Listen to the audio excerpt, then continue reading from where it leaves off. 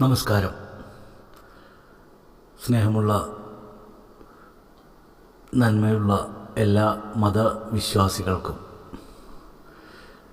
നമ്മുടെ നാട്ടിൽ പൊതുവെ പല വിഷയങ്ങളുമായി ബന്ധപ്പെട്ടുകൊണ്ട് തെറ്റിദ്ധാരണ പടർത്തുന്ന ധാരാളം ആളുകൾ, അത് ഈ കാലത്തല്ല, മനുഷ്യരാശി തുടങ്ങിയ കാലം മുതലേ ആ തെറ്റിദ്ധാരണ നിലനിന്ന് പോരുന്നതാണ്.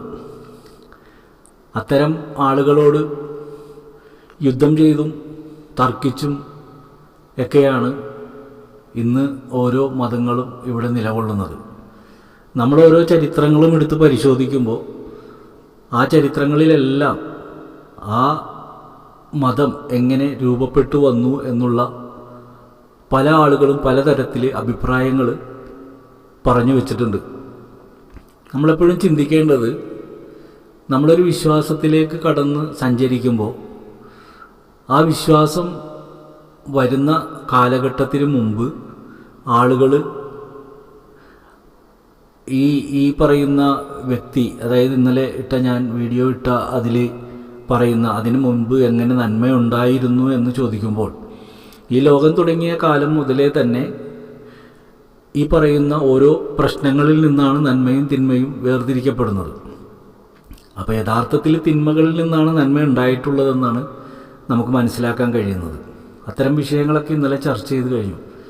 അപ്പോൾ നമ്മൾ ഇന്നലെ ആ വിഷയം അവരുടെ ഫോട്ടോ വെച്ചുകൊണ്ട് ആ ഒരു കാര്യം പറഞ്ഞത്, വിശ്വാസികളായി ജീവിക്കുന്ന ആളുകളെ സംബന്ധിച്ചിടത്തോളം ഇത്തരം ആളുകളോട് സംവാദം നടത്താനായിട്ട് പോകരുത്.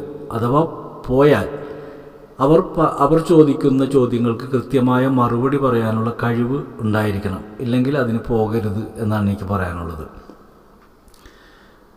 അപ്പോൾ അത്തരം ചെറിയ ആൾക്കാർ നമുക്ക് എന്തെങ്കിലും പറയണ കേൾക്കുമ്പോൾ നമുക്ക് മാനസികമായിട്ട് വല്ലാത്ത പ്രയാസങ്ങളൊക്കെ തോന്നും. അപ്പോൾ ആ പ്രയാസം വെച്ചുകൊണ്ട് നമുക്കുള്ള അറിവ് വെച്ചുകൊണ്ടായിരിക്കും അവരോട് സംവാദത്തിന് പോണത്. പക്ഷെ അവരുടെ ഭാഗത്തു നിന്ന് വരുന്ന ചോദ്യങ്ങളെല്ലാം ഇതൊന്നും അംഗീകരിക്കുന്ന രീതിയിലല്ല എന്ന് മനസ്സിലാക്കിക്കൊണ്ട് സംസാരിക്കാൻ നിന്നെങ്കിൽ മാത്രമേ അതിന് ഉത്തരം കൊടുക്കാനായിട്ട് കഴിയുകയുള്ളൂ. ഇല്ലെങ്കിൽ നമ്മുടെ അറിവ് വെച്ച് സംസാരിക്കുമ്പോൾ അതിൻ്റെ അപ്പുറത്ത് സംസാരിക്കാൻ അവർക്കറിയാം. കാരണം അവർ മുൻകൂട്ടി പ്ലാൻ ചെയ്തിരിക്കുകയാണ്. നമ്മൾ മുൻകൂട്ടി പ്ലാൻ ചെയ്തിട്ടല്ല അവരോട് സംസാരിക്കാൻ. നമ്മളുടെ ടെൻഷനും ആവേശവും ഒക്കെ കൊണ്ടിട്ടായിരിക്കും ചാടിക്കയറി ഒരു ചോദ്യം ചോദിക്കണത്. പക്ഷെ അവരുടെ വിഷയം അതായിരിക്കില്ല. അവർ വേറെ എന്തെങ്കിലും കാര്യം പറഞ്ഞ് അത് വളച്ച് അവർ പറഞ്ഞ വിഷയത്തിലേക്ക് കൊണ്ടുവരാൻ ശ്രമിക്കും. അപ്പം അതുകൊണ്ട് വിശ്വാസികളായ ആളുകളെ സംബന്ധിച്ചിടത്തോളം ഇത്തരം തർക്കങ്ങളിൽ നിന്ന് പൂർണ്ണമായും ഒഴിവാകുക എന്നുള്ള ഒരു കാര്യമാണ് എനിക്ക് പറയാനുള്ളത്. സൂഫിസത്തിൻ്റെ മേഖലയിൽ ധാരാളം ആളുകളെ നമുക്ക് കാണാം. ഈ സൂഫി ആയിട്ട് കടന്നു വന്ന ഒരു സാധാരണ ജീവിതം നയിച്ച് കടന്നു പോകുന്ന ഒരാൾ എങ്ങനെ സൂഫിയായി മാറുന്നു എന്നുള്ളത് ഓരോ വ്യക്തികളുടെയും ജീവിത ചരിത്രങ്ങൾ എടുത്ത് പരിശോധിക്കുമ്പോൾ നമുക്ക് മനസ്സിലാക്കാൻ പറ്റും. ഇപ്പോൾ ഹിന്ദുക്കളായ ആളുകൾ, അതിൽ പല വിഭാഗങ്ങളുണ്ട്. അവർക്കെല്ലാം പലതരത്തിലുള്ള വിശ്വാസങ്ങൾ, ഇപ്പോൾ ശ്രീനാരായണ ഗുരുവിനെ ഉൾക്കൊണ്ടു പോകുന്ന കുറേ ആളുകളുണ്ട്. അതുപോലെ തന്നെ ഈ പറയുന്ന സ്വാമി വിവേകാനന്ദനെ കുറിച്ച് പറഞ്ഞു പോകുന്ന ആൾക്കാരുണ്ട്. അത് ഈ ലോകത്ത് ജീവിച്ച് ഗുരു ശിഷ്യ ബന്ധത്തിലൂടെ കടന്നുപോയ ആളുകളാണ്. അതുപോലെ ശ്രീകൃഷ്ണനും ശ്രീരാമനെ കുറിച്ചൊക്കെ പറയുന്നുണ്ട്. അപ്പോൾ അതിലെല്ലാം നോക്കുമ്പോൾ എല്ലാം വ്യത്യസ്തമായ ജീവിത ശൈലികളും ജീവിത രീതികളും ഭരണങ്ങളും ഒക്കെയാണ് നമുക്കതിൽ കാണാൻ പറ്റുന്നത്. അപ്പോൾ അതിൽ ശ്രീനാരായണ ഗുരുവിൻ്റെ ജീവിതം എടുത്തു നോക്കുമ്പോൾ അവിടെയാണ് സൂഫി എന്ന് പറയുന്ന ഒരു വ്യക്തിയെ ഹിന്ദുക്കൾക്ക് കാണാൻ കഴിയുന്നത്. ഒരു സൂഫി, ആ സൂഫി എങ്ങനെയാണ് എല്ലാം ഉപേക്ഷിച്ചു കൊണ്ടിട്ടുള്ള അദ്ദേഹത്തിൻ്റെ യാത്ര. കാരണം അദ്ദേഹത്തിന് ആരെയും ആവശ്യമില്ല, മറിച്ച് അദ്ദേഹത്തിനെ സ്നേഹിച്ച് വരുന്നവരോട് അദ്ദേഹത്തിൻ്റെ വഴി പറഞ്ഞു കൊടുക്കുന്നു. അത് ചിലർ ഉൾക്കൊണ്ട് മുന്നോട്ട് പോകും. അതുപോലെ തന്നെ ക്രിസ്ത്യൻ സമുദായത്തിലും അത്തരം ആളുകളുണ്ട്. ഈ പറയുന്ന പോലെ ശിഷ്യഗണങ്ങളായിട്ട് കടന്നു വന്ന ആളുകളെയൊക്കെ കാണാം, നമ്മളൊക്കെ കാണാം. അൽഫോൺസാമ്മ, അതുപോലെ തന്നെ കുറേ അച്ഛന്മാരെയൊക്കെ നമ്മൾക്ക് കാണാൻ പറ്റുന്നുണ്ട്. അപ്പോൾ അത്തരം ആളുകളെയൊക്കെ അവർ റെസ്പെക്റ്റ് ചെയ്തുകൊണ്ട് അത്തരം ആളുകളെയൊക്കെ അവർ അത്ഭുത സിദ്ധിയുള്ളവരായിട്ട് കണ്ടുകൊണ്ട് അവരുടെയൊക്കെ ജീവിതത്തിൽ അവരൊക്കെ ഒരുപാട് ത്യാഗങ്ങൾ അനുഭവിച്ച് കടന്നുകൊണ്ട് അവരുടെ ജീവിതത്തിലൊക്കെ ഉണ്ടായ കുറേ അത്ഭുത കാര്യ പ്രവർത്തനങ്ങളൊക്കെ കുറിച്ചൊക്കെ അറിയാമല്ലോ. അതേപോലെ തന്നെ മുസ്ലിങ്ങളിലുമുണ്ട് ഈ പറയുന്ന പോലെ തന്നെ ഒരുപാട് ആളുകൾ. പക്ഷേ ഇവരെല്ലാവരും ജീവിച്ചു വന്ന സാഹചര്യത്തിൽ ധാരാളം വിമർശനങ്ങൾ ഏൽക്കേണ്ടി വന്നവരാണ്. വിമർശനങ്ങൾ കേൾക്കാതെ ഒരാൾക്കും ആത്മീയമായ വഴിയിൽ യാത്ര ചെയ്യാൻ കഴിയില്ല എന്നുള്ളതാണ് ഏറ്റവും വലിയ വാസ്തവം. കാരണം വിമർശനങ്ങളാണ് അവരെ ഏറ്റവും വലിയ ഉന്നതമായ സ്ഥാനത്തേക്ക് എത്തിക്കുന്നത്. നമ്മൾക്ക് ഇഷ്ടപ്പെട്ട ഒരു ആഹാരം പാകം ചെയ്യാൻ വേണ്ടിയിട്ട് നമ്മളതിനെ ഏറ്റവും അധികം ചൂടിൽ വെക്കുന്നത് പോലെ, ആ ചൂട് കൊണ്ട് തിളച്ച് മറിഞ്ഞ് നമുക്കിഷ്ടപ്പെട്ട രുചിയിലേക്ക് എത്തുന്നത് പോലെയാണ് ദൈവത്തിനെ സ്നേഹിച്ചു പോകുന്ന ഒരാൾ, ആ ആളുടെ ദൈവത്തിനോടുള്ള പ്രണയം എത്രത്തോളം സത്യസന്ധമാണെന്നറിയാൻ അവരെ ഏറ്റവും പ്രശ്നങ്ങൾ നിറഞ്ഞ തീച്ചൂളയിലിട്ട് ഉരുക്കും. അപ്പോൾ അത് മനസ്സിലാക്കിയെങ്കിൽ മാത്രമാണ് ഒരാൾക്ക് ആ വഴിയിൽ ഉറച്ചു നിൽക്കാൻ കഴിയുകയുള്ളൂ. അത് മനസ്സിലാക്കാത്തവർക്ക് അത് ഇട്ടിട്ട് ഓടേണ്ടി വരുന്ന സാഹചര്യമുണ്ട്. ഇപ്പോൾ ഞങ്ങളുടെ ഇതിൽ പറയുന്നുണ്ട് 1,00,000 ചില്ലാനും പ്രവാചകന്മാർ വന്നിട്ടുണ്ടെന്നാണ് പറയുന്നത്. അതിൽ 25 പേരുടെ പേരാണ് ഇവിടെ എല്ലാവരും മനസ്സിലാക്കിയിട്ടുള്ളൂ. അവരാണ് ഈ പ്രവർത്തനങ്ങളുമായിട്ട് മുന്നോട്ട് പോയത്. ബാക്കിയുള്ളവരുടെ പേരൊന്നും വ്യക്തമല്ല. അപ്പം എന്നതുപോലെ ധാരാളം ആൾക്കാർ ഈ വഴിയിലേക്ക് വരുന്നുണ്ടെങ്കിലും 1-2 പേരായിരിക്കും അത് കൃത്യമായി ചുമന്നുകൊണ്ട് പോകുന്നത്. എല്ലാവർക്കും അതിന് കഴിഞ്ഞെന്ന് വരില്ല. കാരണം അത് കയ്യിലെടുക്കുമ്പോൾ തീക്കട്ട എടുത്ത് കയ്യിൽ വെച്ചതുപോലെയാണ്. നമ്മൾ ചൂടുകൊണ്ട് താഴേക്ക് ഇട്ട് കളയും. പക്ഷേ ഏത് ഒരു തീക്കട്ടയായാലും അത് കുറച്ച് കഴിയുമ്പോൾ അതിൻ്റെ കനലുകൾ എരിഞ്ഞെരിഞ്ഞ് അത് കെട്ടണയുകയും പിന്നെ ആ അതൊരു കരിക്കഷ്ണം അത് വളരെ കൂളായിട്ട് കയ്യിൽ കൊണ്ട് നടക്കാൻ പറ്റുന്നത് പോലെ ആ ചൂട് സഹിക്കാൻ തയ്യാറാകുക എന്ന് പറഞ്ഞാൽ ആ സഹിക്കാനുള്ള മനസ്സുണ്ടാകണം. അപ്പോൾ കുറച്ച് കഴിയുമ്പോൾ ആ തീ അണയും. പിന്നെ അത് കൊണ്ടു നടക്കാൻ വളരെ സുഖമാണ്. പിന്നെ ആ കരിക്കഷ്ണം കൊണ്ട് നമുക്ക് മതിലിലൊക്കെ നല്ല വൃത്തിയായിട്ട് എഴുതാൻ പറ്റും.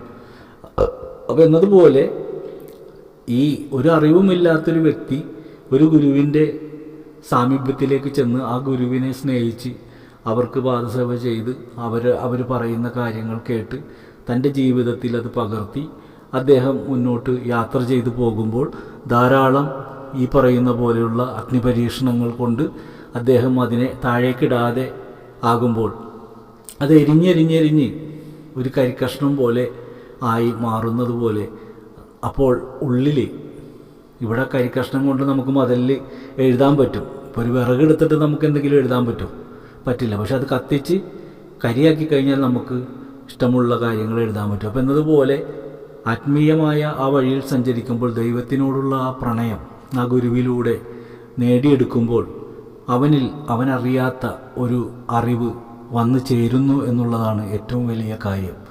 അപ്പം അത്തരം അത്ഭുതകരമായ അറിവുകൾ അവരിൽ നിന്ന് ഉണ്ടായതുകൊണ്ടാണ് ഇന്ന് അവരെയൊക്കെ എല്ലാവരും ആ മനസ്സിലാക്കിയ ആളുകൾ, മനസ്സിലാക്കിയവരാണ്, മനസ്സിലാക്കാത്തവരല്ല, മനസ്സിലാക്കിയവർ അവരെ ഏറ്റവും അധികം ബഹുമാനത്തോടു കൂടി കാണുന്നത്. നമ്മൾ റോഡിലൂടെയൊക്കെ പോകുമ്പോൾ ശ്രീനാരായണ ഗുരുവിൻ്റെ പ്രതിമയൊക്കെ റോഡുകളിലൊക്കെ വെച്ചിരിക്കുന്നത് കാണാം. അപ്പോൾ അത്തരം റെസ്പെക്റ്റുള്ള ആൾക്കാരുടെ രൂപങ്ങൾ, പ്രതിമകളൊക്കെ നമ്മൾ വെച്ചിരിക്കുന്നത് അതിനോട് നീതി പുലർത്തുന്നതൊക്കെ കാണാം. ഇപ്പോൾ നമ്മൾ ഗാന്ധിജിനെയും കാണുന്നുണ്ട് റോട്ടിലൊക്കെ. അങ്ങനെ നാട്ടിൽ പലതരത്തിലുള്ള പ്രവർത്തനങ്ങൾ നടത്തി പോയവരെയൊക്കെ ഓരോ ആൾക്കാരും ഓരോ രീതിയിൽ ആദരിക്കുന്നത് പോലെ സൂഫി വര്യന്മാരായ ആളുകളുടെ ഖബറുകൾ, അവരുടെ ഫോട്ടോയോ അല്ലെങ്കിൽ അവരുടെ പ്രതിമയോ ഒന്നുമല്ല വെക്കുന്നത്, മറിച്ച് അവരെ അടക്കം ചെയ്തിരിക്കുന്ന ഖബറിനോട്, ആ ഖബറിൻ്റെ മുമ്പിൽ വന്ന് നിന്നുകൊണ്ടാണ് ഒരു വിശ്വാസി അവൻ്റെ വിശ്വാസമായ പ്രവർത്തനങ്ങൾക്ക് വഴിയൊരുക്കുന്നത്. അതിൽ 2 തരം വിഭാഗങ്ങളുണ്ട്. ഒന്ന് പ്രശ്നങ്ങൾക്ക് പരിഹാരങ്ങൾ തേടി വരുന്നവരും, 2 ആത്മീയ വഴി തേടിപ്പോകുന്ന ആളുകൾ ആത്മീയമായ ഉന്നതിക്ക് വേണ്ടിയിട്ട് അത്തരം മഹാന്മാരുടെ ഖബറിടങ്ങളിൽ രാത്രികാലങ്ങളിലൊക്കെ വന്നിരുന്നു കൊണ്ട് പ്രാർത്ഥനകളിൽ മുഴുകി ഇരിക്കാറുണ്ട്. പൊതുവെ ആളുകളെ സംബന്ധിച്ചിടത്തോളം തെറ്റിദ്ധരിപ്പിക്കുന്ന രീതി എന്ന് പറഞ്ഞു കഴിഞ്ഞാൽ ഈ ആളുകളുടെ ഖബറിൽ വന്നിട്ട് അവരോട് ഞങ്ങളെ സഹായിക്കണമേ, ഞങ്ങളെ ഹെൽപ്പ് ചെയ്യണം എന്നൊക്കെ പറഞ്ഞുകൊണ്ടിട്ട് പല തെറ്റിദ്ധാരണകളും ഈ പറയുന്ന പുത്തൻ പ്രസ്ഥാനക്കാർ മനുഷ്യരെ വഴിപിഴപ്പിക്കാൻ വേണ്ടിയിട്ട്. കാരണം ഒരറിവുമില്ലാത്തവനാണ് തെറ്റിപ്പോകുള്ളൂ, അറിവുള്ളവരാരും തെറ്റില്ല. അപ്പോൾ ഒരു അറിവുമില്ലാത്തവൻ ഇതൊക്കെ കേൾക്കുമ്പോൾ ആകെ ആശയക്കുഴപ്പത്തിലാകും, ഇവരെന്ത് ഈ കാട്ടിക്കൂട്ടണമെന്നൊക്കെ ചോദിക്കും. ഇപ്പോൾ ഖുർആനിലെ അല്ലെങ്കിൽ ഹദീസിലേക്ക് എടുത്തുകൊണ്ടിട്ടൊക്കെ ഇവർ പല കാര്യങ്ങളൊക്കെ ഉന്നയിക്കാറുണ്ട്. അപ്പോൾ അതിൽ പ്രധാനപ്പെട്ട ഒരു കാര്യം, ഖബർ സിയാറത്ത് ഖുർആനിൽ എവിടെയും പറഞ്ഞിട്ടില്ല, നബി അങ്ങനെ കാണിച്ചു തന്നിട്ടില്ല എന്നൊക്കെ പറയുന്ന വിഷയങ്ങൾ വെച്ചുകൊണ്ട് പലരും പലതരത്തിൽ അതിനെയൊക്കെ പറയുന്നുണ്ട്. ഇപ്പോൾ നമ്മളൊരു ഖബർ സിയാറത്തിനെ കുറിച്ച് സംസാരിച്ച് കഴിഞ്ഞാൽ അതിൻ്റെ താഴെ കമൻറ്റ് വരും, ഈ കുഫറുകൾ കാഫിറുകളാണ്, ഇസ്ലാമിൽ നിന്ന് പുറത്തു പോയവരാണെന്നൊക്കെ പറഞ്ഞുകൊണ്ട് പരിഹസിക്കുന്ന ആളുകളെ കാണാം. കാരണം അവരെ കുറ്റം പറഞ്ഞിട്ട് കാര്യമില്ല, കാരണം അവർക്ക് കിട്ടിയ അറിവ് അതാണ്. അവരിത്തരം സൂഫികളുടെ അടുത്ത് പോവുകയോ കാണുകയോ അവരുടെ പ്രവർത്തനങ്ങളെ കണ്ട് മനസ്സിലാക്കുകയോ ഒന്നും ചെയ്യാത്തവരാണ്. അവരുടെ നേതാക്കന്മാർ പറഞ്ഞു കൊടുത്ത കാര്യങ്ങൾ അതേപടി വിഴുങ്ങി അതാണ് ശരിയെന്നും പറഞ്ഞുകൊണ്ട് താടിയിൽ നീട്ടി വളർത്തിക്കൊണ്ട് നടക്കാനല്ലാതെ അവരെ സംബന്ധിച്ചിടത്തോളം മറ്റൊന്നും അവർക്കറിയില്ല. അവരോട് തന്നെ കുറച്ചു നേരം ഇസ്ലാമിനെ കുറിച്ചിട്ടുള്ള പൂർണ്ണമായ കാര്യങ്ങൾ ചോദിച്ചു കഴിഞ്ഞാൽ അവർക്ക് തന്നെ അറിയില്ല. അവർക്കാകെ അറിയാവുന്നത് കുറ്റം പറയാനാണ്. ചില മനുഷ്യരങ്ങനെയാണല്ലോ, അവർക്ക് നമ്മൾ എത്ര എന്തൊക്കെ പറഞ്ഞു കൊടുത്തു കഴിഞ്ഞാലും അവരിങ്ങനെ പെറുപെറുത്തുകൊണ്ട് ഇരിക്കുന്നൊരു വിഭാഗമാണെങ്കിൽ അവരങ്ങനെ തന്നെയാണ്. അവരെ നമ്മൾ എന്തൊക്കെ പറഞ്ഞാലും അവർ കേൾക്കില്ല. അപ്പോൾ അവരുടെ മനസ്സിലങ്ങനെ അത് ഒരു എന്താ പറയുക, ഒരു പോയ്സൺ പോലെ അവരുടെ ഉള്ളിലേക്ക് അത് അടിച്ചേൽപ്പിച്ച് കഴിഞ്ഞു. അപ്പോൾ അതുകൊണ്ട് അവർക്ക് നമ്മളിപ്പോൾ ഇനി ചെന്നിട്ട് എന്തെല്ലാം നന്മയിലേക്ക് അവരെ കൊണ്ടുവരാൻ നോക്കിയാലും അവരെ കൊണ്ടുവരാം. അത് ഈ ഡ്രഗ്സിന് അഡിക്റ്റായി പോകുന്ന ആളുകളെ പോലെയാണ്. അവൻ അതിനെ അഡിക്റ്റായി പോയി കഴിഞ്ഞാൽ പിന്നെ അവൻ ആ സമയം പോകുമ്പോൾ അവനിക്കത് കിട്ടിയില്ലെങ്കിൽ ഭ്രാന്ത് പിടിച്ച പോലെയാവും. അപ്പോൾ എന്നതുപോലെ അവരെ സംബന്ധിച്ചിടത്തോളം അവർ മറ്റുള്ളവരുടെ കുറ്റങ്ങൾ പറഞ്ഞ് അവരിങ്ങനെ അതിലൊരു സുഖം പിടിച്ചു പോയവരാണ്. അപ്പോൾ അത്തരം ആളുകളെ തിരിച്ചറിഞ്ഞ് നമ്മളുടെ വഴി വേറെ അവരുടെ വഴി വേറെയാണ്. അപ്പോൾ അതുകൊണ്ട് അത്തരം ആളുകളോട് നമ്മൾ സംവാദത്തിന് പോകുന്നത് നമ്മുടെ വിഡ്ഢിത്തരമാണ്, നമ്മൾ വിഡ്ഢിയാവുകയാണ്. കാരണം നമ്മുടെ അറിവ് അവർക്ക് അറിയില്ല. അപ്പോൾ പല വിഷയങ്ങളും, ഇപ്പോൾ നമ്മൾ അജ്മീർ ഹാജ മൊയ്നുദ്ദീൻ ചിസ്തിയുടെ ചരിത്രം, ഇതൊക്കെ ഡ്യൂപ്ലിക്കേറ്റ് കഥയൊന്നും അല്ലല്ലോ. ഇവിടെ വ്യക്തമായ തെളിവുകളോടുകൂടിയാണ് ആ വിഷയങ്ങളെല്ലാം അവതരിപ്പിച്ചിരിക്കുന്നത്. അതുപോലെ തന്നെ മമ്പുറം സയ്യിദ് അലവി തങ്ങൾ, അവരുടെയൊക്കെ ജീവിതങ്ങളെടുത്ത് പരിശോധിച്ച് നോക്ക്.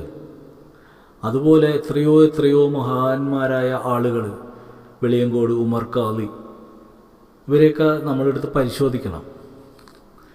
അപ്പോൾ അവിടെയൊക്കെ ഈ ഖബർ കെട്ടിപ്പൊക്കി അലങ്കരിച്ച് വെച്ചിരിക്കുന്നു, അവിടെ ഇങ്ങനെ കാണിച്ചിരിക്കുന്നു, അങ്ങനെ കാണിച്ചിരിക്കുന്നു. അതെ, നമ്മൾ ബഹുമാനം കൊടുക്കണം എല്ലാത്തിനും അതിൻ്റേതായ. ഇപ്പം നിങ്ങളുടെ വീടിൻ്റെ ഉള്ളിൽ നിങ്ങൾക്ക് കഴിക്കാനുള്ള ആഹാരം, ആ ആഹാരം കഴിക്കാനുള്ള പാത്രങ്ങൾ, ആ പാത്രങ്ങൾ നിങ്ങൾ എവിടെയാണ് വെക്കുന്നത്? എവിടെയെങ്കിലും വലിച്ചെറിഞ്ഞിടോ? നിങ്ങൾ ഇപ്പോൾ ഒരു മനുഷ്യനേക്കാളും വലുതാണോ നമ്മൾ കഴിക്കുന്ന പാത്രങ്ങളൊക്കെ? അപ്പോൾ നമ്മൾ കഴിക്കുന്ന പാത്രത്തിനൊക്കെ നമ്മൾ തുടച്ച് വൃത്തിയാക്കി ഒരു സെൽഫിലൊക്കെ വെച്ചിരിക്കുന്നതാണ്, ഭംഗിയായിട്ട് അടക്കി വെച്ചിരിക്കുകയാണ്. അപ്പോൾ പ്ലേറ്റൊക്കെ എന്തിനാണ് അങ്ങനെ വെക്കണത്? എല്ലായിടത്തും തുറന്നിട്ടാൽ പോരെ. അതേപോലെ തന്നെ നമ്മുടെ ഡ്രസ്സുകൾ, നമ്മളിടുന്ന ഡ്രസ്സുകൾ, ആ ഡ്രസ്സുകളൊക്കെ എത്രയോ ഭംഗിയായി തേച്ച് നമ്മൾ ഒരു അലമാരിക്കുള്ളിൽ വൃത്തിയായിട്ട് വെച്ചിരിക്കുകയാണ്. അങ്ങനെ ഓരോ വസ്തുക്കളും നമ്മൾ അതിൻ്റേതായ ഒരു ഇടം കണ്ടെത്തി അവിടെ അത് സൂക്ഷിച്ചു വെക്കുന്നു. എങ്കിൽ ഇത്തരം സാധനങ്ങൾ, ഒരു ടി വി ആണെങ്കിൽ നിങ്ങളുടെ വീടിൻ്റെ പുറത്ത്, ഞാൻ എൻ്റെ ഒരു സുഹൃത്തിനോട് ചോദിച്ചൊരു ചോദ്യമാണ്, ഒരു 10,000 രൂപയുടെ ടി വി, ആ ടി വി വീടിൻ്റെ പുറത്ത്, ആ വീടിൻ്റെ അകത്ത് ഇങ്ങനെ കാണാൻ പാകത്തിന് പുറത്ത് കിടക്കും. കട്ടിലിന് ഏതാണ്ട് 5,000 രൂപയോളം വിലയുണ്ട്, ഫ്രിഡ്ജിന് 10-12,000 രൂപ വിലയുണ്ട്, വാഷിംഗ് മെഷീന് വിലയുണ്ട്. അങ്ങനെ ആ വീട്ടിൽ ഉപയോഗിക്കുന്ന ഓരോ ഉപകരണങ്ങൾക്കും 3,000, 4,000, 5,000 ഒക്കെ വരുന്ന വിലയുള്ള സാധനങ്ങളാണ്. ഇതൊക്കെ വീടിൻ്റെ അകത്ത് ഓപ്പണായിട്ട് തന്നെ കിടക്കണതാണ്. പക്ഷേ 1 ഗ്രാം സ്വർണം ഉണ്ടെങ്കിൽ അതെന്ത് ചെയ്യും? ഈ ഫ്രിഡ്ജിൻ്റെ മുകളിൽ വെക്കോ? അതോ ഈ പറഞ്ഞ പോലെ എവിടെയെങ്കിലും വലിച്ചെറിഞ്ഞിടോ? അതിന് വളരെ സൂക്ഷ്മതയോടുകൂടി കൊണ്ടുപോയി വെക്കും. എന്നാൽ ഫ്രിഡ്ജിൻ്റെ അത്രയും വിലയില്ല 1 ഗ്രാം സ്വർണത്തിന്. അപ്പോൾ ഫ്രിഡ്ജ് പുറത്തിരിക്കുന്നത്. അപ്പോൾ സ്വർണം നമ്മൾ പ്രത്യേകമായി സൂക്ഷിക്കുന്നത് പോലെ എല്ലാ സാധനത്തിനും അതിൻ്റേതായിട്ടുള്ള ഓരോ സൂക്ഷ്മതകൾ കൊടുത്ത പോലെ സ്വർണത്തിനൊരു മൂല്യമുണ്ട്. ആ മൂല്യം അനുസരിച്ച് അതിനെ സൂക്ഷിക്കുന്നത് പോലെയാണ് നമുക്ക് അറിവ് പറഞ്ഞു തരുന്ന നല്ല ആളുകളെ, ആ മനസ്സിലാക്കിയ ആളുകൾ അതിൻ്റെ ആദരവോടുകൂടി ആ സെൽഫിൽ സൂക്ഷിക്കും. അത് മനസ്സിലാക്കിയെടുക്കാനുള്ളൊരു ബോധം നമുക്കെല്ലാവർക്കും ഉണ്ടാകണം. അല്ലാതെ നമ്മളെ സംബന്ധിച്ചിടത്തോളം നമ്മൾ ഈ കാണുന്ന പ്രവർത്തന രീതികൾ കാണുമ്പോൾ പ്രവർത്തന രീതികൾ മനുഷ്യൻ ചെയ്യുന്ന ഓരോ കാര്യങ്ങളാണ്. മനുഷ്യർ ഓരോരുത്തരും അവരവരുടെ ഇഷ്ടത്തിന് ഓരോന്നൊക്കെ ചെയ്ത് കൂട്ടും. അപ്പോൾ അവിടെ അങ്ങനെ കാണിക്കുന്നു, ഇങ്ങനെ കാണിക്കുന്നു, മറ്റത് കാണിക്കുന്നു എന്നുള്ള വിഷയത്തിനല്ല എടുക്കേണ്ടത്. മറിച്ച് അവിടെ കിടക്കുന്ന ആൾ ജീവിച്ചിരുന്നപ്പോൾ എന്ത് കാണിച്ചു എന്നുള്ളതാണ് നമ്മൾ എടുക്കേണ്ടത്. അതിനെ അവരെക്കുറിച്ചാണ് പഠിക്കേണ്ടത്. അല്ലാണ്ട് അവിടെ നടക്കുന്ന വിഷയങ്ങളെക്കുറിച്ചിട്ടല്ല നടക്കേണ്ടത്. ഇപ്പോൾ നമ്മൾ തൃശ്ശൂർ പൂരം നടക്കുന്നു, ധാരാളം ജനങ്ങൾ അവിടെ കൂടുന്നുണ്ട്. എല്ലാവരും തൃശ്ശൂർ പൂരം കാണാൻ വരുന്നവരാണെന്നാണ് നമ്മൾ പറയുന്നത്. പക്ഷേ പല സ്ഥലത്തു നിന്നും വന്നെത്തുന്ന ആളുകൾ ആ തൃശ്ശൂർ പൂരം കാണാൻ വേണ്ടി വന്നിരിക്കുന്ന ആൾക്കാർക്കിടയിൽ എന്തെല്ലാം സംഭവവികാസങ്ങൾ നടന്നു പോകുന്നുണ്ടാവും. മദ്യപിക്കാൻ വന്നവർ, മറ്റെന്തെങ്കിലും പ്രവർത്തനങ്ങൾക്ക് വന്നവർ, അങ്ങനെ പലതരത്തിലും വന്ന ആൾക്കാർ. പക്ഷെ എല്ലാവരെയും നമ്മൾ കാണുന്നത് വെടിക്കെട്ട് കാണാൻ വന്നവരായിട്ടാണ്. നമുക്കങ്ങനെ കാണാൻ പറ്റുള്ളൂ. അവിടെ കച്ചവടക്കാരും മറ്റതും മറിച്ചതും എല്ലാം ഉണ്ട്. പക്ഷെ അവിടെ പ്രാധാന്യം എന്ന് പറയുന്നത് തൃശ്ശൂർ പൂരമാണ്. അപ്പം എന്നതുപോലെ നമ്മൾ ഒരു സ്ഥലത്തേക്ക് ചെല്ലുമ്പോൾ ആ വ്യക്തി ആരാണ്. ഇപ്പം ഞാൻ മടവൂര് എന്ന് പറയുന്ന സ്ഥലത്ത് പോകാറുണ്ട്. അവിടെ അടങ്ങിയിരിക്കുന്ന CM മടവൂർ എന്നറിയപ്പെടുന്ന പണ്ട് അബൂബക്കർ എന്ന് പേരുള്ള ആ വ്യക്തിയുടെ ജീവിതം അറിഞ്ഞ ഒരാളാണ്. അതുപോലെ തന്നെ ആ വ്യക്തി ജീവിച്ചിരുന്നപ്പോൾ ആ വ്യക്തിയെ കണ്ട ഒരാളും കൂടിയാണ്. അപ്പോൾ അവരെങ്ങനെ ജീവിച്ചു, അവരെന്ത് കാണിച്ചു, അവരിൽ നിന്ന് എന്തെല്ലാം ഉണ്ടായി എന്ന് അനുഭവങ്ങളിലൂടെ മനസ്സിലാക്കിയ ഒരാളാണ് ഞാൻ. അപ്പോൾ ഇതൊന്നും കാണാത്ത കേൾക്കാത്ത ആൾക്കാർ അവരെക്കുറിച്ചിട്ടുള്ള ഉണ്ടായ കാര്യങ്ങളൊക്കെ ചില മുസ്ലിയാക്കന്മാരൊക്കെ ഈ വർണ്ണിക്കണതിൻ്റെ കുഴപ്പങ്ങളും ഉണ്ട് കേട്ടോ. അത് ഞാൻ പറയുന്നതാണ്. അവർ വർണ്ണിച്ച് നമുക്കുണ്ടായ അനുഭവം നമ്മൾ പറയേണ്ട കാര്യങ്ങളൊന്നുമില്ല. അത് ഓരോ വ്യക്തികൾക്ക് അനുഭവപ്പെട്ട കാര്യങ്ങളാണ്. അത് എല്ലാവരുടെയും മുമ്പിലേക്ക് നമ്മളിങ്ങനെ പറയുമ്പോൾ ഈ പ്രേതക്കഥ പറയണ പോലെ ആയിപ്പോവും. പ്രേതത്തിനെ ആരും കണ്ടിട്ടുമില്ല, എന്നാൽ പ്രേതക്കഥ പറയാൻ ഇഷ്ടം പോലെ ആൾക്കാരുമുണ്ട്. അപ്പോൾ ഇത് കാണാത്ത ആൾക്കാർ പറയും പിന്നെ വേറെ പണിയൊന്നുമില്ല, ഈ 20-ാം നൂറ്റാണ്ടിലാണ് പ്രേതക്കഥയും പറഞ്ഞുകൊണ്ടും തന്നെ. അപ്പോൾ നമ്മളത് കണ്ടതാണ്, കണ്ടവർക്കേ അത് മനസ്സിലാവുള്ളൂ. കാണാത്തവർക്ക് കുറ്റം പറഞ്ഞുകൊണ്ടിരിക്കാനേ കഴിയുള്ളൂ. അപ്പോൾ ഞാൻ സൂഫിസം എന്ന് പേരിട്ടുകൊണ്ട് കുറച്ച് കാര്യങ്ങളൊക്കെ പറഞ്ഞ് വേറെ വഴി പോയത് മറ്റൊന്നും കൊണ്ടല്ല. നമ്മുടെ ഇപ്പോൾ രാഷ്ട്രീയക്കാരെ എടുത്ത് നോക്കിക്കഴിഞ്ഞാൽ, ഇപ്പോൾ കമ്മ്യൂണിസത്തിലിരിക്കുന്ന പിണറായിനെ പറഞ്ഞു കഴിഞ്ഞാൽ അത് അയാളുടെ ആൾക്കാർക്ക് അത് ഇഷ്ടപ്പെടും. പുള്ളി ചെയ്യുന്ന തെറ്റാണെങ്കിലും അവർ കിടന്ന് ബഹളമുണ്ടാക്കും. അപ്പോൾ നേതാക്കന്മാർക്കിടയിൽ അവരുടെ നേതാവിനെ കുറ്റം പറഞ്ഞാൽ അവരുടെ അണികൾ ബഹളമുണ്ടാക്കുന്നത് പോലെ അങ്ങനെ ഓരോ ആൾക്കാരും അവരവരുടെ ആൾക്കാരെ പറയുമ്പോൾ മാനസികമായിട്ട് ഒരു പ്രയാസം എല്ലാവർക്കും ഉണ്ടാവും. അത് ക്രിസ്ത്യാനിനെ പറഞ്ഞാലും ഹിന്ദുവിനെ പറഞ്ഞാലും മുസ്ലിമിനെ പറഞ്ഞാലും ഒക്കെ ഉണ്ടാവും. അപ്പോൾ അത്തരം വിഷയങ്ങൾ ഇപ്പോൾ ഈ അടുത്ത് ഫേസ്ബുക്കിൻ്റെ അകത്ത് തോമാസ് ലീയെ കുറിച്ചിട്ടുള്ളൊരു വിഷയം ഞാനിട്ടപ്പോൾ എൻ്റെ ഒരു സുഹൃത്ത് അദ്ദേഹം അതിൻ്റെ അകത്ത് ഇങ്ങനെ എഴുതി, തോമാസ് ലീയുടെ ഒരു വചനം ബൈബിളിലുണ്ട് എന്ന് പറഞ്ഞു, യേശു ആണ് ദൈവം എന്നുള്ള രീതിയിലൊക്കെ തോമാസ് ലീയ പറഞ്ഞു എന്നുള്ള ഒരു മെസ്സേജ് പുള്ളി അതിലിട്ടപ്പോൾ ഒരു ഹിന്ദുവായ ഒരാൾ അപ്പോൾ തന്നെ അതിൻ്റെ താഴെ കമൻ്റ് ഇട്ടിരിക്കുന്നതാണ്, ദൈവത്തിനെ എങ്ങനെ കുരിശിലേറ്റിയെന്ന്, ദൈവത്തിനെ കൊല്ലാൻ പറ്റുമെന്നാണ് അയാൾ ചോദിച്ചത്. അപ്പോൾ ഹിന്ദുവായ അയാൾ വേഗം ആ ഒരു ചോദ്യം ചോദിച്ചപ്പോൾ അത് കണ്ട ഞാൻ അതിൻ്റെ താഴെ ഇട്ടു, ഈ പറയുന്ന അത്ഭുതങ്ങൾ കാട്ടിയ ശ്രീകൃഷ്ണനെ വെറും ഒരു വേടനല്ലേ അമ്പെയ്ത് കൊന്നതെന്ന് ചോദിച്ചു. പിന്നെ മറുപടി കണ്ടില്ല. അപ്പോൾ അങ്ങനെ ന്യൂനതകൾ പരിശോധിച്ചാൽ എല്ലാവരിലും ഈ ന്യൂനതകൾ കണ്ടെത്താൻ പറ്റും. എന്നാൽ ശരിയായ രീതിയിൽ വിശ്വാസത്തെ പരിശോധിച്ചാൽ ആ വിശ്വാസത്തെയും നമുക്ക് കണ്ടെത്താൻ കഴിയും. അപ്പോൾ ഈ ന്യൂനത തപ്പിപ്പോകുന്നവരാണ് ഇന്ന് ഏറ്റവും ഭൂരിഭാഗം ആൾക്കാർ. എന്തിൻ്റെയും കുഴപ്പം കണ്ടുപിടിക്കാൻ നിന്ന് കഴിഞ്ഞാൽ കുഴപ്പങ്ങൾ മാത്രമേ അവൻ്റെ കണ്ണിൽ പെടുള്ളൂ. ശരി അന്വേഷിക്കുന്നവനിക്കാണ് ശരി കണ്ടെത്താൻ പറ്റുള്ളൂ. ഇപ്പോൾ നമ്മൾക്കൊരു സ്ഥലത്തേക്ക് പോകേണ്ടി വരുമ്പോൾ ആ വഴി, ഇപ്പോൾ ഇന്ന് ഞാൻ ഹരിപ്പാട് വരെ പോയി. അപ്പോൾ എനിക്ക് വണ്ടിയുണ്ട്, ആ വണ്ടിയിൽ ഞാൻ വളരെ സുഖമായിട്ടാണ് ഇരിക്കുന്നതെങ്കിലും നമ്മളിവിടുന്ന് വണ്ടി എടുത്തുകൊണ്ട് ഹരിപ്പാടിലേക്ക് എത്താനായിട്ട് നമുക്കിത്ര കിലോമീറ്റർ ദൂരത്ത് നമുക്കിത്ര മണിക്കൂർ കൊണ്ട് എത്തേണ്ട സ്ഥലത്ത് എത്രയോ മണിക്കൂർ കിടന്നാണ് നമുക്ക് എത്താൻ പറ്റുന്നത്. നമ്മൾ വണ്ടി കഴുകി വൃത്തിയാക്കി നല്ല ക്ലീനാക്കി ആ റോട്ടിലൂടെ പോകുമ്പോൾ ബ്ലോക്ക്, അതുപോലെ തന്നെ റോഡെല്ലാം കുഴിയും അങ്ങനെ എന്താ പറയുക വെള്ളവും ഒക്കെ ആയിട്ട് കൽപ്പൊടി നിറഞ്ഞ ചെളി നിറഞ്ഞ അവസ്ഥകളൊക്കെ താണ്ടി, അപ്പോൾ നമ്മൾ മൊത്തം ബ്ലോക്കാണ് പ്രശ്നമാണെന്നും പറഞ്ഞുകൊണ്ടിട്ട് നമ്മൾ തിരിച്ചു പോരും. നമ്മൾ ആ ലക്ഷ്യസ്ഥാനത്തേക്ക് പോകുമ്പോൾ തടസ്സങ്ങളും പ്രശ്നങ്ങളും ഒക്കെ ഉണ്ടാകും, സ്വാഭാവികമാണ്. പക്ഷെ നമ്മൾ എത്തേണ്ട സ്ഥലത്തേക്ക് എത്തണമെന്ന ഉദ്ദേശത്തിൽ പോകുന്നവനിക്ക് ആ ചെളിയും അതൊന്നൊരു വിഷയമല്ല. അപ്പം എന്നതുപോലെ ആത്മീയമായ വഴിയിലേക്ക് പോകുന്ന ഒരാളെ സംബന്ധിച്ചിടത്തോളം മറ്റ് വിഷയങ്ങളൊന്നും ഒന്നുമല്ല. പൂർണ്ണമായിട്ടും ഓരോ വിഷയങ്ങളും കാരണം വ്യക്തമായ രൂപത്തിൽ മനസ്സിലാക്കി എടുക്കണം. കാരണം സൂഫിസത്തെ ധാരാളം ആളുകൾ ഇഷ്ടപ്പെടുന്നുണ്ടെന്ന് എനിക്കറിയാം. പലതരത്തിലാണ് ആ ഇഷ്ടങ്ങളുള്ളത്. ഇപ്പോൾ അജ്മീർ എന്ന് കഴിഞ്ഞാൽ കവാലി കേൾക്കാം. എന്നാൽ സംഗീതത്തെ എതിർക്കുന്ന മറ്റൊരു വിഭാഗമുണ്ട്.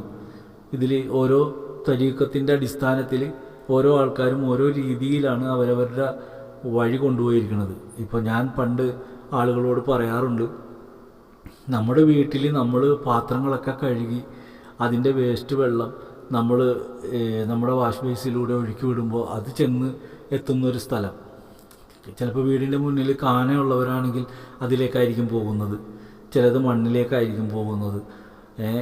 അപ്പോൾ ഈ 5 സെൻറ്റ് അല്ലെങ്കിൽ 3 സെൻറ്റൊക്കെ സ്ഥലമുള്ള സ്ഥലത്ത് ഒരു കിണറും ഉണ്ടാവും, ഒരു സെപ്റ്റി ടാങ്കും ഉണ്ടാവും. അതുപോലെ തന്നെ ഈ പാത്രം കഴുകി നമ്മുടെ എടുക്കുന്ന കിണറിൽ നിന്ന് കോരിയെടുക്കുന്ന വെള്ളം കുളിച്ചും അതുപോലെ പാത്രം കഴുകിയും മറ്റുള്ള രീതിയിലൊക്കെ അത് മണ്ണിലേക്ക് പോകുമ്പോൾ നമ്മളൊന്ന് വെറുതെ ഒന്ന് ചിന്തിച്ച് നോക്കി, നമ്മുടെ ഈ 3 സെൻറ്റ് സ്ഥലത്തിൻ്റെ ഉള്ളിലിരിക്കുന്ന കിണർ വെള്ളം മണ്ണിലേക്കാണ് ഇറങ്ങിപ്പോകുന്നത്. അതിൽ വരുന്ന ഉറവയാണ് നമ്മൾ കോരിയെടുക്കുന്നത്. അപ്പോൾ നമ്മളൊക്കെയും വളരെ മോശമാക്കി തള്ളുന്ന ഈ വെള്ളം ആ കിണറ്റിലേക്ക് പോകുന്നുണ്ടോ എന്നൊരു സംശയം കയറിയാൽ പിന്നെ ആ വെള്ളം കുടിക്കാൻ പറ്റുമോ? അപ്പോൾ നമ്മൾ അത്തരം കാര്യങ്ങളൊന്നും സംശയിക്കുന്നില്ല. അപ്പോൾ സംശയം വന്നു കഴിഞ്ഞാൽ പിന്നെ അത് മാറ്റാൻ പറ്റില്ല. അപ്പോൾ സംശയം ഏറ്റവും വലിയൊരു രോഗമാണ്. അപ്പം അങ്ങനെയല്ല എല്ലാവരും ജീവിക്കണത്. കാരണം അത് കാനയിലൂടെ ഒഴുകി ഒരു തോട്ടിലേക്ക് ചെന്ന് ആ തോട്ടിൽ നിന്ന് ഒരു പുഴയിലേക്ക് ചെന്ന് പുഴയിൽ നിന്ന് സമുദ്രത്തിലേക്ക് എത്തുന്നത് പോലെ ഒരു യാത്രയാണ്. അങ്ങനെ തടസ്സങ്ങളില്ലാതെ അത് ഒഴുകി സമുദ്രത്തിലെത്തുക എന്ന് പറയുന്ന ഒരു യാത്രയാണ് സൂഫിസത്തിൻ്റെ യാത്ര. അത് എല്ലാവർക്കും തിരിയില്ല, എല്ലാവർക്കും മനസ്സിലാകില്ല. ഇപ്പോൾ സ്കൂളിൽ കൊണ്ടുപോയി കുട്ടികളെ ചേർക്കുന്നു, എല്ലാ കുട്ടികളെയും ഒരു ടീച്ചറിൻ്റെ കീഴിൽ പഠിക്കാനിരിക്കുന്നു. പക്ഷെ എല്ലാവരുടെയും തലയിലേക്ക് ആ അറിവ് കയറുന്നില്ല. അതുകൊണ്ട് പലരും പൂർത്തിയായ വിദ്യാഭ്യാസമില്ലാതെ പാതി വഴിയിൽ ഉപേക്ഷിച്ച് പോരുന്നവരും എന്നാൽ റാങ്ക് നേടിപ്പോകുന്നവരും എങ്കിൽ ഫസ്റ്റ് ക്ലാസ് കിട്ടുന്നവരും ഒക്കെ ആയിട്ട് കടന്നു പോകുന്നുണ്ട്. എല്ലാവർക്കും റാങ്ക് കിട്ടാറില്ല.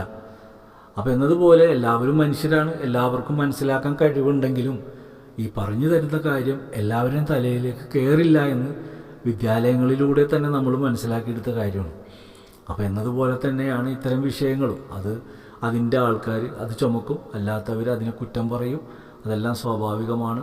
പക്ഷേ കുറ്റം പറയുന്നവരും അതുപോലെ തന്നെ അതിനെ ഉൾക്കൊണ്ടു പോകുന്നവരും 2 വിഭാഗങ്ങളും ഈ ലോകം തുടങ്ങിയ കാലം മുതലേ ഉള്ളതാണ്.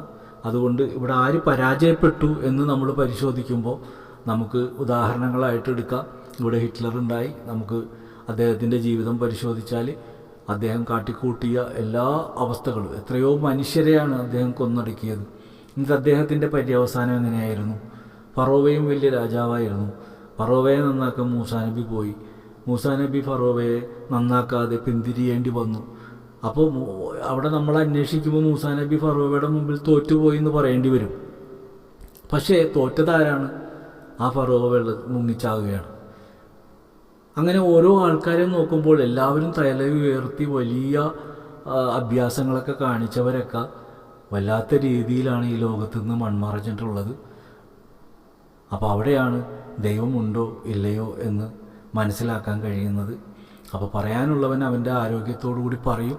പക്ഷെ ഒരു ദിവസം അവൻ്റെ വാ നിശബ്ദമാകുന്ന, അവൻ്റെ ശരീരങ്ങൾ ചലനമറ്റതാകുന്ന, അതായത് അവനിക്ക് ബോധമുണ്ടാവും, പക്ഷേ അവൻ്റെ ശരീരം അവനിക്ക് പോലും താങ്ങാൻ പറ്റാത്ത വിധം വേദനകൾ കൊണ്ടും പ്രയാസങ്ങൾ കൊണ്ടും ദുരിതങ്ങൾ കൊണ്ടും അവസാനം ഈ മണ്ണിലേക്ക് തന്നെ മറിയും. മറ്റേ ആളും പരിഹാസം കേട്ട ആളും മൺമറിയും. പക്ഷേ ആ മൺമറഞ്ഞ ആളുടെ, ഇപ്പോൾ നമ്മളെയൊക്കെ ഇന്ന് പരിഹസിക്കുന്ന ഈ വ്യക്തികളുടെയൊക്കെ പേര് നാളെ ഈ ലോകത്ത് കൊത്തിവെക്കും. പക്ഷേ ഈ കുറ്റങ്ങൾ ആരോപിക്കപ്പെട്ടവരുടെ പേരുകളൊക്കെ ഈ ലോകത്തുനിന്ന് തുടച്ചു മാറ്റാൻ പറ്റില്ല. അത് ഖുർആൻ വളരെ വ്യക്തമായിട്ട് തന്നെ പറയുന്നുണ്ട്, അവരെ ഞാൻ ലോകാവസാനം വരെ നിലനിർത്തും. അപ്പോൾ അവരുടെ പേര് മാഞ്ഞു പോകില്ല. അപ്പോൾ മടവൂരിനെ നമ്മൾ 1000 തെറി പറഞ്ഞാലും മടവൂർ മൺമറഞ്ഞു പോയാലും ആ മടവൂരിൻ്റെ പേര് ഈ തലമുറ കഴിഞ്ഞാലും അടുത്ത തലമുറ കഴിഞ്ഞാലും അങ്ങനെ ആ തലമുറ കൈമാറി ഈ ലോകത്തിന് അവസാനമുണ്ടെങ്കിൽ ആ അവസാനം വരെ അത് നിലകൊള്ളുമെന്നുള്ളത് വാസ്തവമാണ്. 1400 വർഷങ്ങൾ എന്ന് പറയുമ്പോൾ അന്ന് ജീവിച്ചിരുന്നവരെ ഇന്ന് ഓർക്കുന്നുണ്ടെങ്കിൽ അത് തന്നെയാണ് അവരുടെ ഏറ്റവും വലിയ എന്താ പറയുക ഗുണം, അല്ലെങ്കിൽ അവരുടെ ആ പ്രവർത്തനത്തിൻ്റെ സത്യം ദൈവം നിലനിർത്തി എന്നുള്ളതാണ്. കുറ്റം പറഞ്ഞുകൊണ്ടും നന്മ പറഞ്ഞുകൊണ്ടും അവരുടെ പേര് വാഴ്ത്തപ്പെട്ടുകൊണ്ടിരിക്കുന്നു. അപ്പോൾ കുറ്റം പറയുന്നവരാണ് അവരെ ഏറ്റവും കൂടുതൽ അറിയിപ്പിക്കുന്നത്. ആ വിഭാഗം അനൗൺസ്മെൻറ്റ് ടീമാണ്. അവർ അനൗൺസ്മെൻറ്റ് ചെയ്ത് മറ്റുള്ളവരെ അറിയിക്കുകയാണ്. അറിയുന്നവർ അവരെ ആനന്ദത്തോടു കൂടി സ്ഥിരീകരിക്കുകയാണ്. ഇതാണ് നമ്മൾ മനസ്സിലാക്കേണ്ട പ്രധാനപ്പെട്ട വിഷയം. അപ്പോൾ ഇനി ഇത്തരം ഈ പറയുന്ന യുക്തിവാദികളെക്കുറിച്ചോ അല്ലെങ്കിൽ മറ്റിതര ആളുകളെക്കുറിച്ചൊന്നും നമ്മൾ സംസാരിക്കുന്നില്ല. നമ്മൾ ഇനി മുതൽ സൂഫിസത്തിൻ്റെ ചരിത്രങ്ങൾ പറഞ്ഞുകൊണ്ട് മുന്നോട്ട് പോകാം.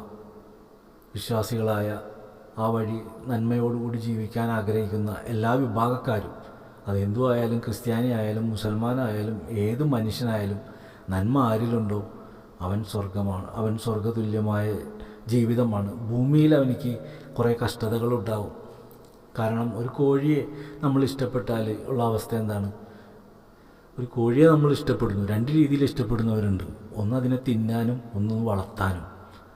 അപ്പോൾ നമ്മൾ മനസ്സിലാക്കിയാൽ മതി. അപ്പോൾ ഭൂരിഭാഗം ആളുകളെയും തിന്നു തീർക്കുകയാണ്. വളർത്തുന്നവരാണ് ഈ ഔലിയാക്കന്മാർ. ദൈവത്തിനെ ആത്മാർത്ഥമായി സ്നേഹിച്ചതിൻ്റെ പേരിൽ ദൈവം അവരെ കൂട്ടിലിട്ട് വളർത്തുന്നു. അല്ലാത്തവരൊക്കെ ഇവിടെ ഒന്നുമല്ലാത്ത വിധം വെറും വേസ്റ്റായി പോവുകയാണ് ചെയ്യുന്നത്. അതുകൊണ്ട് വേസ്റ്റാകാതിരിക്കാനായി ആത്മാർത്ഥമായി നിങ്ങളുടെ മനസ്സിനെ ശുദ്ധിയാക്കുക. ഞാനും അതുപോലെ പരിശ്രമിക്കുകയാണ്. തെറ്റുകുറ്റങ്ങളുണ്ട്, തിരുത്താൻ ശ്രമിക്കുകയാണ്. സ്നേഹപൂർവ്വം ഷാജി ജോസഫ്.